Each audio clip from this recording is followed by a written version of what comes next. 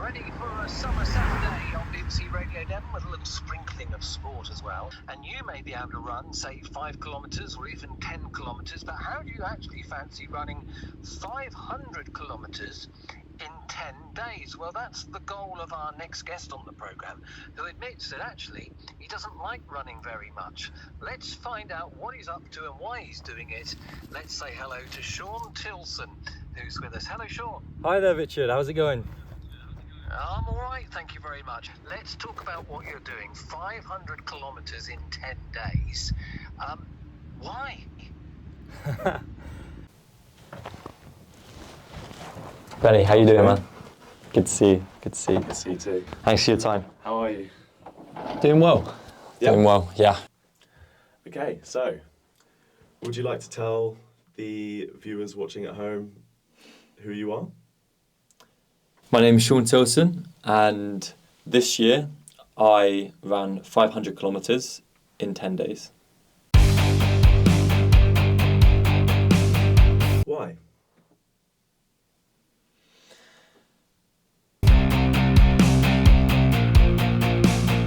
There's a great singer called Frank Sinatra, and in one of his songs he says, "Regrets I've had a few, but then again too few to mention." The pain of regret is far worse than the pain of failure. So when I knew I wanted to challenge myself, I decided to set the stakes as high as possible.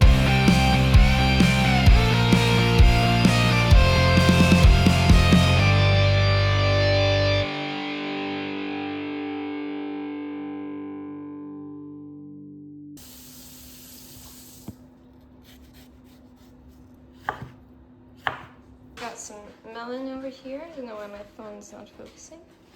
Sean's got, what you've got in those bottles? I've got some electrolytes and lemon and water, obviously. This is actually a life hack. It saves washing up. Yeah. Kitchen towel fix to put on. Right, weather's out. It's currently 9:18. Legs feeling good.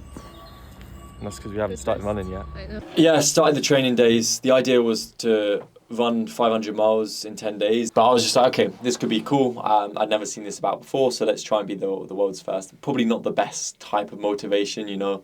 No, actually, originally what it was to run a 200 miler, funnily enough. And then this 17-year-old kid in the States ran 250 miles. So it wasn't even like 1 year less than me. It was so annoying. I was like, I could do 251 miles, but why not just double it, you know? Yeah, I set myself the goal to do 500 miles in 10 days. Got to the training days and realised I could not do it. We didn't do the full distance, and I'll be completely honest, I'm feeling pretty rough now. Both legs are hurting a lot. Knees are aching, my head is quite tired. We'll see how I feel tomorrow, but at the moment, just exhausted. Yeah, get that camera out of my face. I was obviously fit, I was active at the time, but it was too much of a toll on my body. I managed 65k on one day, 65k on the second day, 50k on the third day, and by the third day, I came back in a heap and a mess. You do not want me to film right now because you're exhausted, but we're about to head to bed. How many days straight do you have on Duolingo? I don't even know, like 1,200. Yeah, we've got a tired Sean. Hmm? Okay, Can we just leave Duolingo today? I use a streak freeze. And yeah, I was very sad that I wasn't going to do it. Was it at that point, sorry, that you decided you were going to cut it down? Yeah. On the third day? So basically kind of realised we got to the mode where we can't do 500 miles anymore. And we were like, okay, what can I do? How can I recover this? Because at this point, I was supposed to be speaking at schools. I was supposed to be running with kids. The whole route was mapped out. People had taken time off for like 10 days. You know, every single hotel was booked. Like we were too far in at this point. And that's what created a lot of uncertainty and a lot of unease because I felt like I set all this up. I worked for the 7-8 months. I had Chris, my mentor, the guy you've seen on the run. He worked relentlessly. I had Barbara, who was also right by my side. Just so many people trying to make this happen. I wasn't able to deliver on it. And that's completely my fault. But then again, like I could have said, like, done, that's it, pack up, take the loss, move on. When I did the 100 miler, like I genuinely couldn't walk afterwards. And that's great. But if you can't walk afterwards and you've got to wake up the next day and do it again, like that doesn't work. It's all about pacing yourself. It gets to the point where maybe if you go to the gym or you do a certain exercise for a long time, your muscles break down, so you don't become as strong. So when you run a certain distance, your muscles are broken down, and if they don't have enough time to recover, they can stay at that point. And then you're just going to break them down more and more and more and deplete it. That's what was so difficult, is because my muscles were getting broken down more and more, I'd have to do more walking versus running and more jogging versus running. One day, I'm sure I will do that full distance. But for the time being, it was just the right decision to cut it short. And I'm happy that I did. And the incredible thing was, I felt so guilty about it. Despite these guys putting in so much effort behind me, they were just understanding and incredibly supportive. And yeah, that just made me realise even more I had the best team around me, I had the best people around me, and I was going to make something work. So, how are we feeling? Feeling good. This porridge isn't making me feel that much better, but... We're all wondering, is she only going to wear a shirt when you run on? Yeah. Day one start. Quote of the day. Yeah. Run, boy, run. Can you say my open shot? I'm ready. It should be good fun. Yeah, day one was an interesting one because I had my family start with me. I had my dad and my brother on the bike. Barb was manning the kind of first checkpoint, and then I had a good friend, Will, who'd started off with me, and George was doing the camera work. But day one, I wasn't really thinking about day one. I wasn't really fully in the moment because I was thinking about what would day two feel like. What would day 7 feel like? What would day 10 feel like? So yeah, day one, my headspace wasn't necessarily the best. I felt every step a lot more. I was still trying to work out pacing because I was doing lots of small steps. I was going maybe a bit too slow to start with because I was just worried about how it would feel a bit later on. At one point, Leo walked so fast that he was just walking our running pace. You know? He was. Actually, he was walking along with his bike at the same speed you were running. Really? Yeah, we can cut that bit out of the video. Yeah. Okay. Yeah. So there was a lot of uncertainty day one. When I got that completed, I was happy, but 1 out of 10 days, you've still got 9 out of 10 to go. So it didn't really feel like much of an achievement or an accomplishment. Right. But I remember that one being quite tough. And yeah, even though obviously I'm fresh-legged, a fresh mind, is like you got the whole mountain to climb ahead of you. So it's kind of that weird sort of convoluted feeling where you're not too sure how you should feel or how you should be feeling. And yeah, that was kind of a bit interesting. Well done. Thanks, guys. Oof. Yeah. Good. How's it going? Very well. Yeah. John, feeling good? Good, yeah, genuinely good. Just like there was getting towards the end of it, it was interesting because I realised that I'm not going to have Will's energy, Will's driving force next to me, so that was the only thing.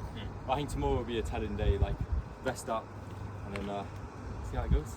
To the end. Woo! Day one complete. Day one complete. Go. What's going on right now? So, Sean is just about here, and we are somewhere there. And what's the word of the day? What's the Wow, phrase he's of the fast. day? Wow, he's fast. Wow, he's fast. We're not, yeah. Sean's not chasing us today, we're chasing someone. Yeah. So what point of the run would you say you started to feel more present, more sort of one foot in front of the other? I think that probably came the next day. So day 2 was a much better day because I woke up and I was feeling good. I think I did the first half in maybe an hour and 45 or something like that. So I was pressing ahead. I was way ahead of schedule, and that seemed nice because if I'm ahead of schedule, I get to go to bed earlier. I get to have enjoy my meal a bit more, and so I was happy. I was relieved that day 2 was feeling good. I was feeling a lot fresher. Got to lunch early, and it was just a beautiful end to the day. The other thing is, it was like an adventure, we got to explore a lot of the UK, see these beautiful canal paths, these beautiful towns, villages, and it was enjoyable. I was taking it in, I was feeling good. I think I sprint the last couple of kilometres to get to the car, and then we had a really nice cooked up meal. So yeah, day 2 was good.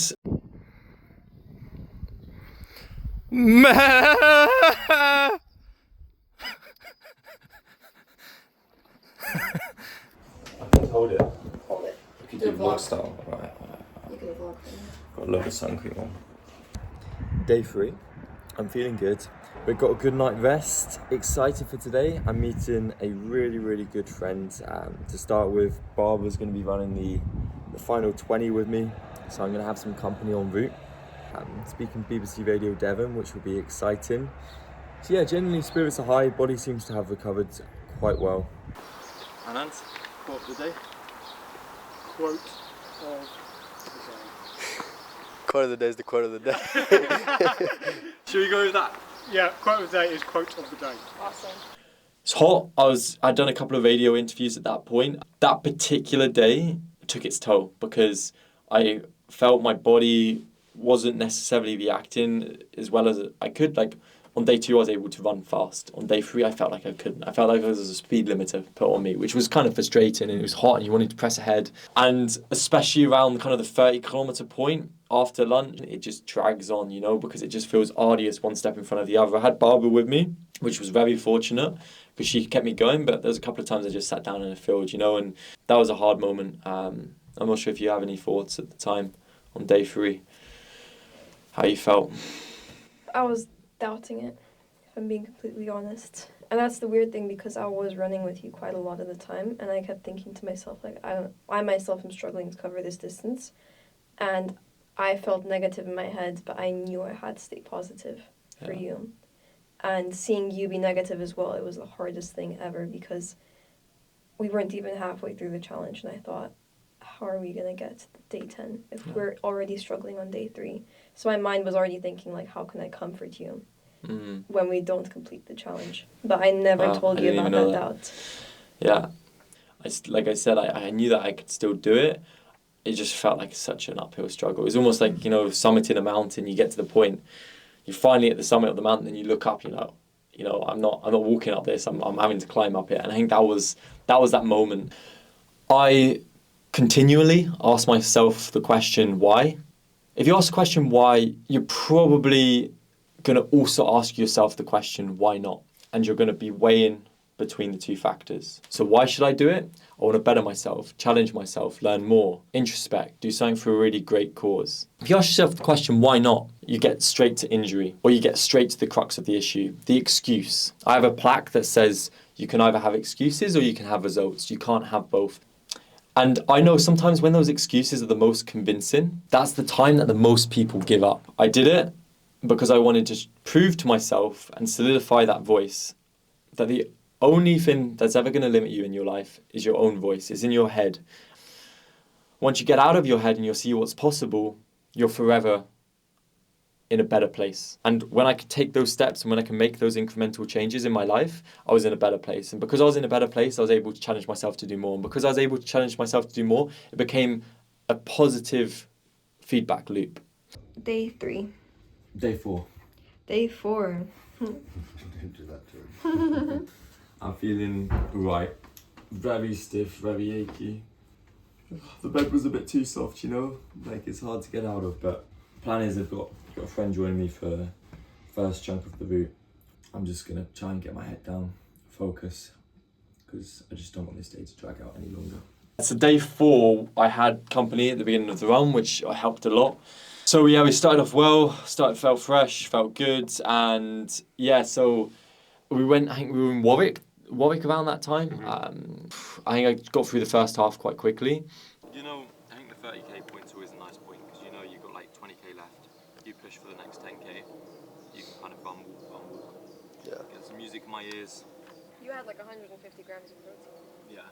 A ton of chicken breast. just pure chicken breast. It's just a lot of days, that's the only thing. But we ran with a friend this morning, which was nice, so it just keeps morale up, you know, when you're running with someone and you can just talk and then melt through the kilometres. My feet are actually in all right condition, considering. Look good. We were having a debate whether if I was to sell feet pictures, I'll get more or less money at the start and the end. I think you'd be quizzing at the end. I think so. Yeah. I feel like that's the selling point. Yeah. So Sean, where are we? We are in Warwick. Ended up in Warwick town centre. We did some dancing together. So it was a fun day. One of the best days. Actually got there quite early. Woohoo! How long you got left? You done? 3:08. But I think I might call it because I've done more the last couple of days. Yeah. But it's good. I'm feeling really good. What a day! Man, you're moving well. That was so much better than yesterday. So much better than yesterday. Can we do a morning check-in?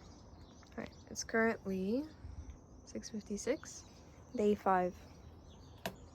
I'll be lying to you if I said I didn't wake up with all my body aches, but yeah, I'll just crack on, try and do the first bit as fast as possible. I've got my podcast, and yeah, just cover as much ground as possible.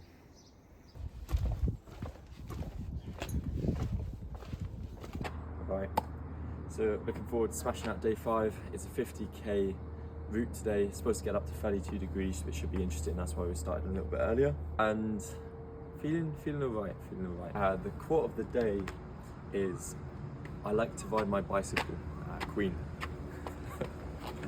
Yeah, day 5 is where stuff started to become a little bit more interesting. So the route was quite tough. My legs were feeling it. I was in a bit of a low kind of morale.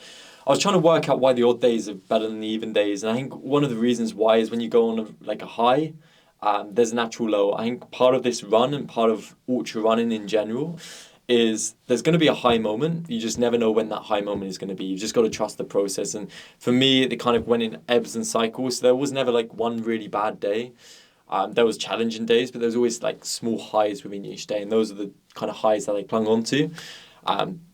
So I never knew when the next high was. I knew it was around the corner. I just didn't know which. So I just had to keep going one foot in front of the other. But day 5 was an interesting one because I got lost. Barbara had to join me halfway through. She ran with me a bit. Any like crazy good quotes in your head? No, I lost my brain like 20 kilometers ago. I'm just like a Neanderthal now, you know? One foot after the other. So we got through that. There were some big fields and stuff like that. Yeah, may have been a bit of trespassing, like unintentional trespassing, which went on, you know? No, because like basically this, I think it was her son, he told us to go through their garden. And we were walking through the garden and this lady comes out with her bathrobe. Excuse me, what are you doing here? She looks... I'm just trying to cut a kilometre off my route, love. That's all I'm trying to do. Don't get mad at me. Actually, day 5 was such a high point, actually, when I got to the end. Obviously, it was a hard day, but had a nice pub meal, pub grub, mixed grill. I think I've tried like every mixed grill. Yeah, so it's very, very good. It should be interesting. The stairs aren't my strong suit at the moment. Oh. You know what you're calling it.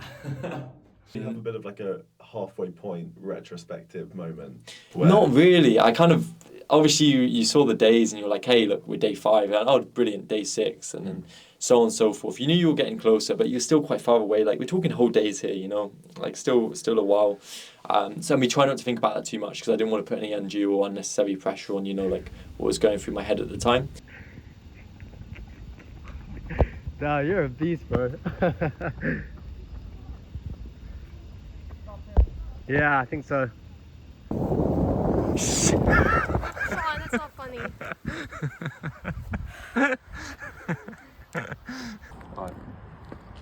I should probably warm up actually. I'll be honest guys, I feel absolutely rough today. Like, didn't sleep great. But yeah, nothing running 50 kilometers won't fix. The next day set off, I had a massive like headache. I felt really car sick, but as soon as we landed and as soon as I got out of the car and I could start to stretch my legs, I felt so good. So day 6 did the first half in sub 2 hours. Got to the school like 2 hours early. Read it. Smash today. High five, Chris. That is an obscene time, young man. So I just tried to make up some more distance. So I was running back and forth all on the street just to try and get as close to 50 kilometers that day so I could cut it short afterwards. Just giving up for the first of the talks. There should be about 180 kids in this first assembly. I think there's a few more chairs to come. This should be good. Just working out exactly what I want to say. I'm quite lastminute.com, but I'm sure I'll be able to deliver the message. Was supposed to get to the school to deliver 3 assemblies, I think it was, to maybe 150, 160 kids at a time. I'm Sean. I run 295 kilometres due today to deliver a message I believe in. Did the assemblies, absolutely awesome. My cousin joined me. Quote of the day, Marie. Quote of the day, or Yeah. is your quote of the day? No, it's your quote My of the quote of the day. Yeah, day. it's your quote of the day. Okay. I'll give you a clue. You could read the sign. One community, individual minds, creating futures. And yeah, it was just such an amazing moment. And obviously day 6, coming into day 7, last 3 days. 3 days didn't seem that much anymore. Alright, today's day 7. Quote of the day is, you only die once. No, you only live once. You only live once. you only live once, let's go with that. We only die once as well. Yeah, I'm going to quickly cross, alright? See you later. So coming into day 7, that was the hardest day for sure. Or, yeah, it was so tough because I had an injury to my right quad. I have no idea what I did to it, but I think I did about 60,000 steps per day. Over the course of it, I did about 500,000 steps. So my quad was just feeling the burden at that point. And I was limping for the whole, most of day 7. I literally could not feel. I just felt in so much pain. I had walking pose, which was a blessing because I was using the walking pose as my other leg because I couldn't really put it wasn't weight bearing my leg. We got to about 20 kilometers and I was feeling like that. I pushed through up until lunch, which was 25, 26. I knew I had to create some distance because I was thinking, this injury is only going to get worse if we go through the days. My right quad, right foot is hurting a lot. For the last 3 kilometers, I had my arm around Barbara. My heart rate was still about 140. I was just walking, so I'm going to take my bank, whatever I've got. So I've done a bit above 50 kilometers a couple of days, so I'm just going to subtract that off the total today. It gets really risky when you're running in a lot of pain and you just make mistakes, you trip, you could potentially pull something. I'd already done a bit more than 50 kilometers on most of the days. It's 55 or so. So I knew I could give myself a little bit of a leeway or slack, but I still needed to hit a decent distance. So I worked up to a marathon. I was trying to get to about 45k. I'm banking today, so 12 kilometers left. This next 5k will be really interesting because, I'll see how my legs are functioning. I had kind of expected it beforehand, and it's come later than I had imagined it would. But you can always look at the positive. It's a nice day out.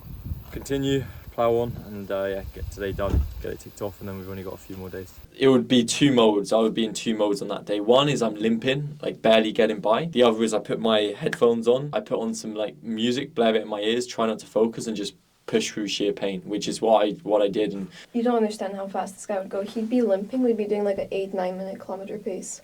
And I think, okay, I can motivate you through this. Out of nowhere, without any pre-warning, he launched into a 4-minute kilometer pace, which I just cannot keep up with. I only did that because I realised, there's 2 types of pain. It's do you take off the bandage slowly or do you take it off fast? In a lot of pain. Yeah. Nothing a hot tub can't fix. Nothing a hot tub can't fix, that's it. When we got in the evening, we had the hot tub, which was really nice. It was an absolute blessing. So when I got in there, I just felt a lot better about myself. You have no idea how big this feels. But we got there quite late, so it was all kind of a mountain. And I was just the next day, when I woke up the next day, that was the biggest factor in the world because I had no idea how I'd feel. I had no idea if that injury was going to get worse or get better. Do you enjoy running?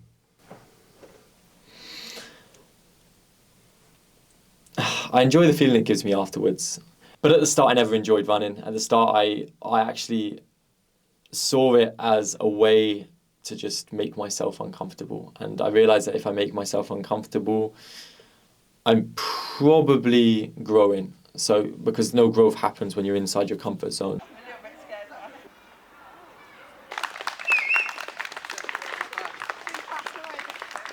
Anyway, we'll go with it. We've got Tom here with us.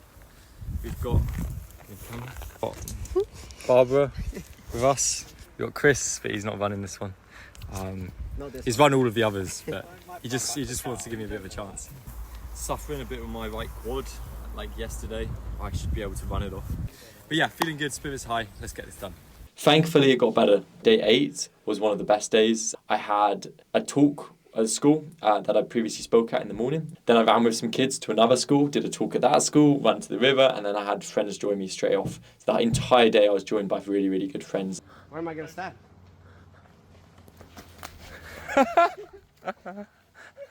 It felt absolutely amazing, to have them around you. One of them was on the bike, one of them was running, another of them joined him running later. It was just a fantastic day. The sun was out.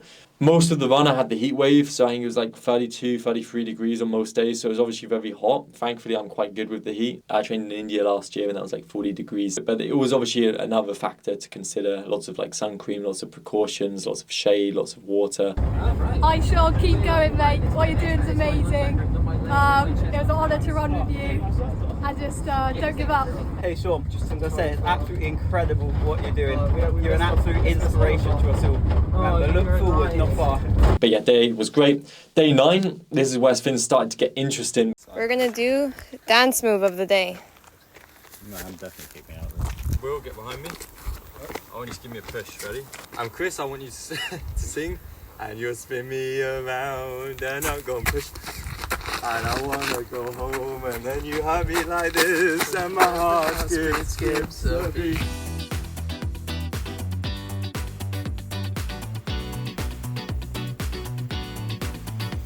Like me. So day 9 was a good one because we got to see a load of field, load of countryside. I was doing so well at the beginning. I think I was running at one point 3:45, 3:30 kilometer pace, which was great with my poles, with all my gear. Got to about 10 kilometers in, and then the pain started to come in my right foot. Maybe I pushed it too much. I don't know. He's pushing through. He's mulling on. We've got around 10 kilometers left for the day, but we're way behind schedule. We should have finished the full run about an hour ago already. But that pain just got progressively worse over the course of that day. And then that whole day was kind of like jogging, just trying to kind of push through, keep my head down to try and get to day 10. George asked what? He asked me to do a backflip, so I guess, George, if I fail the run, it's because of you, man. You got a good camera, yeah? Good angle. Yeah. When are you going to do it once? So 3, 2, 1. That was a squirrel. Did you see that? Wow. That was so good, wasn't it? It actually was mad. I saw a squirrel as well too. There. Do you want to talk a bit about your backstory? School, uni life, childhood?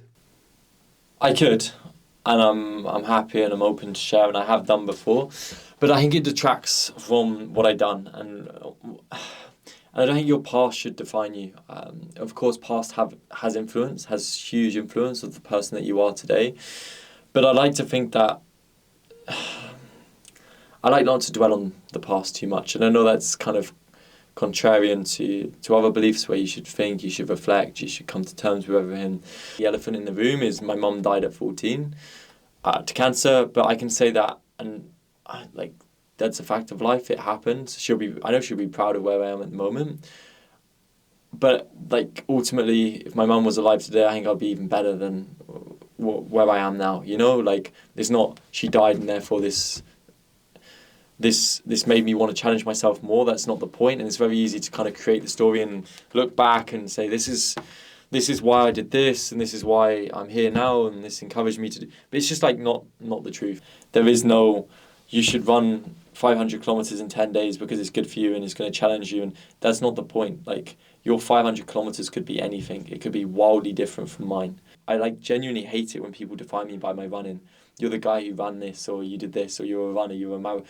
I'm not. I just want to inspire people to feel more confident in themselves. And the reason I feel like I'm best placed to do that is I didn't feel confident in myself. And it was only when I surrounded myself with good people, I changed my relationship with myself. I started to do small actions, which got me feeling better about myself. And once you feel better about yourself, you don't really care about what other people think.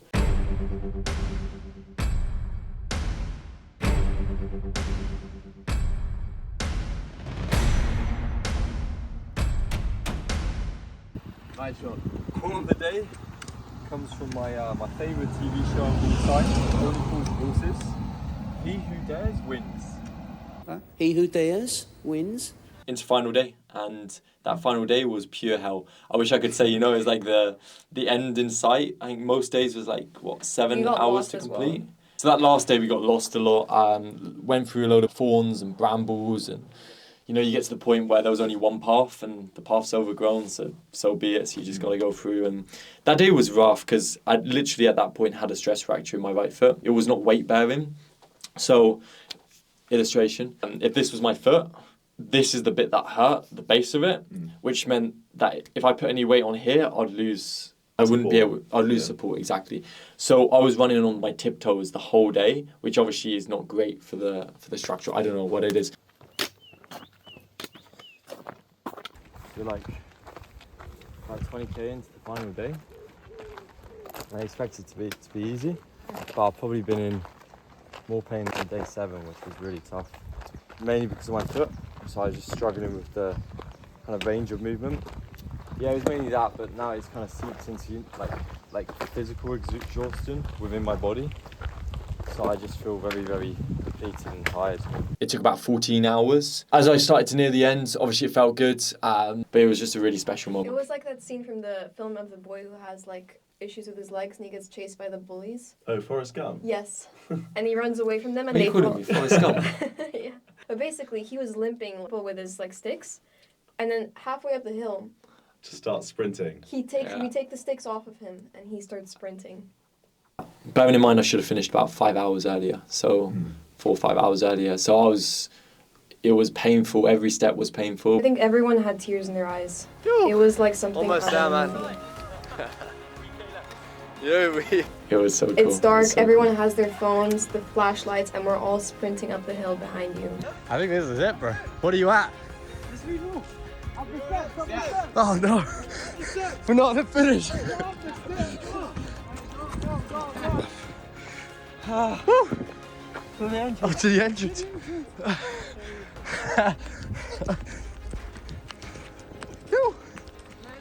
Let's go. Woo!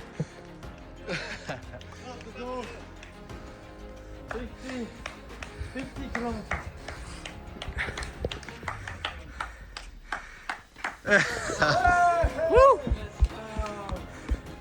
What was the first thing you thought when you touched the doors of Reed Hall?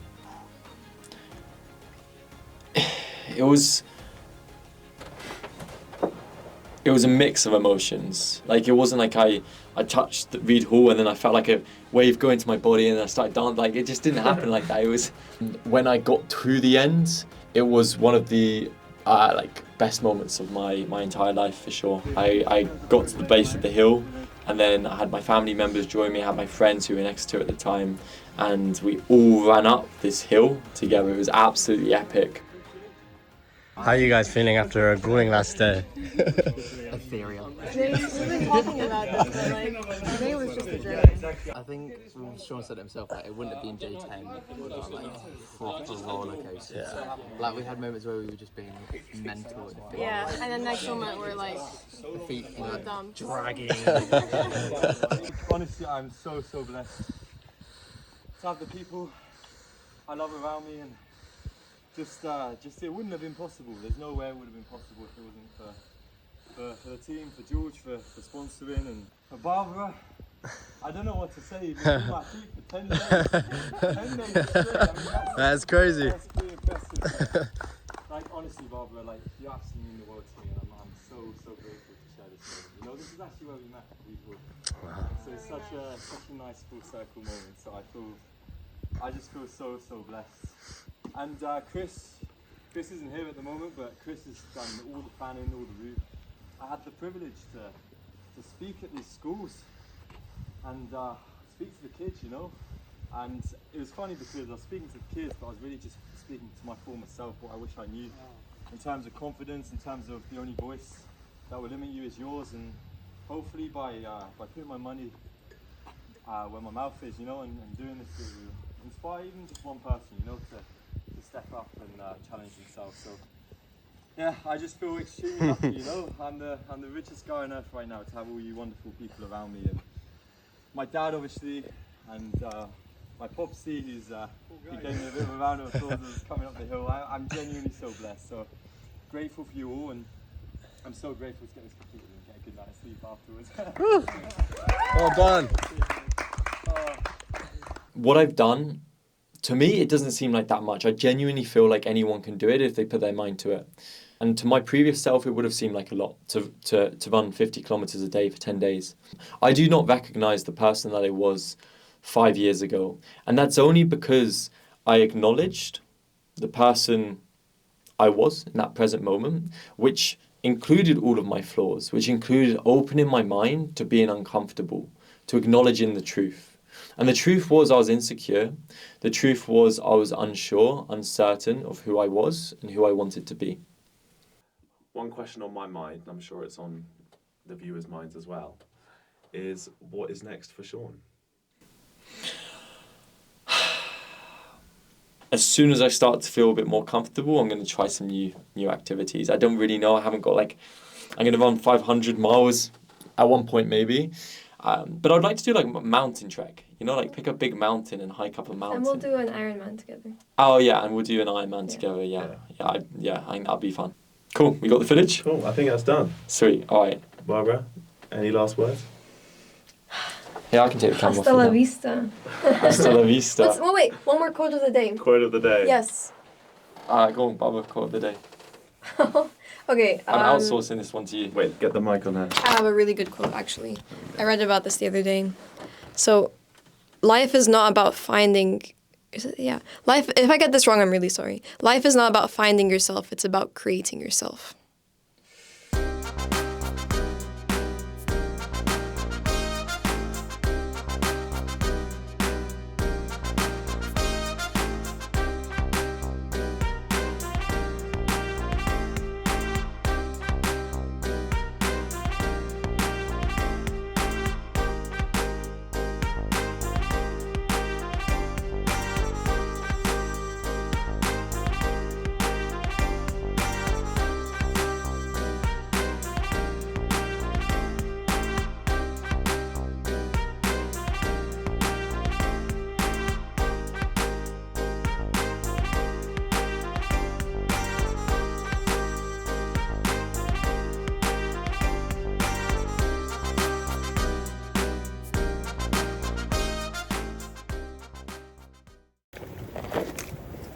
I didn't mean to tell you, but like while you were running and I was behind you, actually something happened. So there was a bunch of like hyenas, and they tried like attacking you. And as you can see, like I won the fight. You know, Oh no! No, I won. What do you mean? Oh no! What? What did you do? I fought Did you fall? hyenas. No, I fought the hyenas off, Sean. What are you talking about? See? They're trying to scratch me because they're trying to get to you, but I was like,